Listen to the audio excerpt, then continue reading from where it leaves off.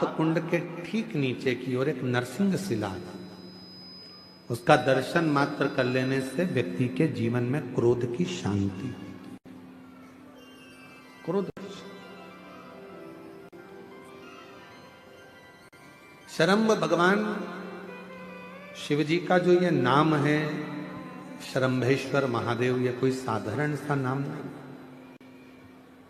भगवान शंकर का ये जो नाम है ये क्रोध को शांत करता है। इसलिए जब जब अगर अपने भीतर अगर कहीं क्रोध उत्पन्न हो रहा है या अपने को लगता है कि अपन बहुत गुस्सा कर रहे हैं, एक बेलपत्र को अपने हाथ में रखकर शंभेश्वर महादेव का नाम लेकर अपने घर में जो शंकर का शिवलिंग है उसको यदि समर्पित कर देते हैं तो हमारा क्रोध उसी क्षण समाप्त हो जाता है, शांत हो जाता है। शंभेश्वर, ये क्रोध की शांति के लिए शंभेश्वर बाबा। शिव कथा कहती है आगे चंचुला देवी के पति बिंदुक को प्रेत योनि से मुक्त करने के लिए जो कथा चल रही है उसमें भगवान देवादिदेव महादेव की साक्षी में तुमरुका जी 12 ज्योतिर्लिंग का स्मरण कराते। 12 ज्योतिर्लिंग, प्रथम सोमनाथ जी का वर्णन किया।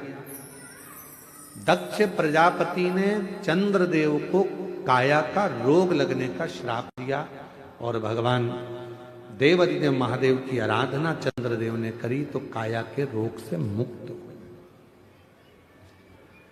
कोई चर्म रोग, शरीर में कितना बड़ा भी अगर रोग लग जाता है, अगर आप शंकर की मंदिर में जाना चालू कर देते हैं, शिव पुराण कथा सुनना प्रारंभ कर देते हैं, शंकर की भक्ति करना प्रारंभ कर देते हैं तो चर्म रोग धीरे धीरे समाप्त होता है।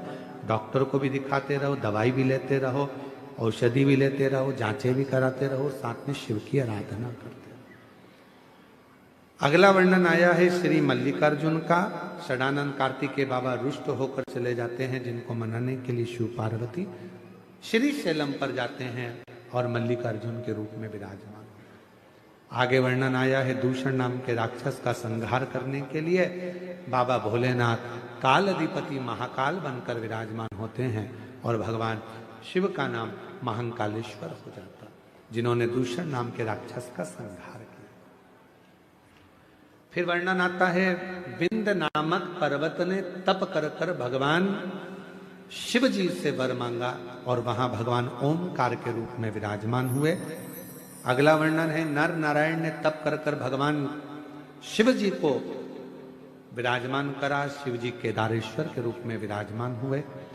कुंभकर्ण का बेटा भीम, जिसने सारे देवालय शिवालय तोड़वाना प्रारंभ करे तो भगवान शंकर ने भीम का संहार करा और शिव जी का नाम भीमा शंकर हुआ। आगे वर्णन आता है मनु शत्रुपा ने शिव जी का स्मरण कर कर भगवान भोलेनाथ को काशी में विराजमान करा और भगवान विश्वनाथ जी के रूप में विराजित होते। अगला वर्णन है त्र्यंबक बाबा का। गौतम बाबा पर गौ हत्या का दोष लगता है। दोष लगाने वाले कोई दूसरे नहीं होते, स्वयं के ही नजदीक के होते। दोष लगा, ग्वाले के हाथ में शिवलिंग दिया, ग्वाले ने भूमि पर रख दिया और भगवान वैद्यनाथ जी के रूप में विराजमान हो गए। अगला वर्णन है नागेश्वर का। दारूक नाम के राक्षस का संहार भगवान शिव ने करा तो भगवान नागेश्वर के रूप में विराजमान हुए। फिर वर्णन आया है रामेश्वर का। भगवान राम जी ने शिव जी की आराधना कर कर लंका पर चढ़ाई करी और भगवान विजयता प्रदान करे तो शिव जी रामेश्वर के रूप में विराजमान हुए। फिर वर्णन आया है कृष्णेश्वर बाबा का।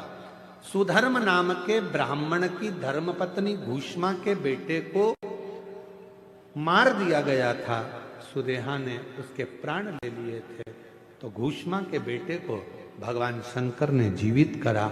शिव जी का नाम कृष्णेश्वर महादेव। ऐसे 12 ज्योतिर्लिंग का जैसे ही कथा बिंदुक ने सुनी और बिंदुक प्रेत योनि से मुक्त हो गया, देव योनि को प्राप्त हो गई। चंचुला अखंड सौभाग्यवती हो गई। हाथ जोड़कर विनय करने लगे तुमरुका जी भगवान देवादिदेव महादेव से, मैंने ये शिव महापुराण की कथा कही, तुमरुका जी बोलते। कथा के यजमान बनकर ईश्वर जी, गोरा जी, शंकर पार्वती इस कथा को श्रवण करें। भगवान देवादिदेव महादेव ने कहा, बोलो तुमरुका जी, आपको क्या दूं मैं? तुमरुका जी ने कहा, बस एक वर दे दीजिए। क्या वर?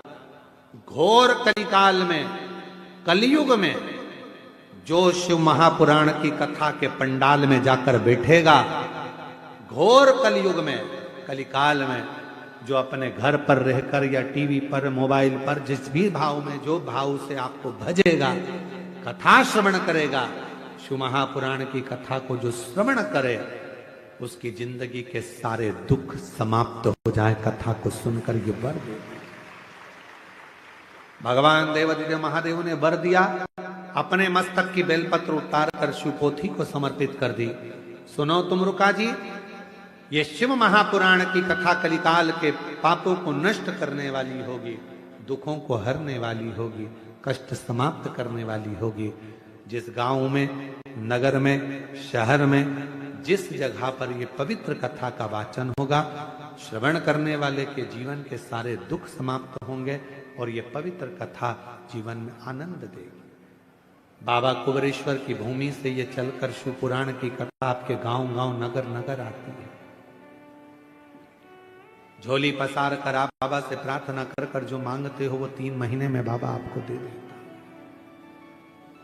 जब आपके नगर में, आपके क्षेत्र में सूचना मिले कि कुबेरेश्वर धाम से, सीहोर से, कुबेर भंडारी के दरवाजे से ये पोथी नहीं, हम तो कहते हैं जब कुबेरेश्वर धाम से ये शिव पुराण चलती है तो हमको लगता है कि हमारा कुबेरेश्वर बाबा खुद आता है, 7 दिन में खूब लुटाता है और चला।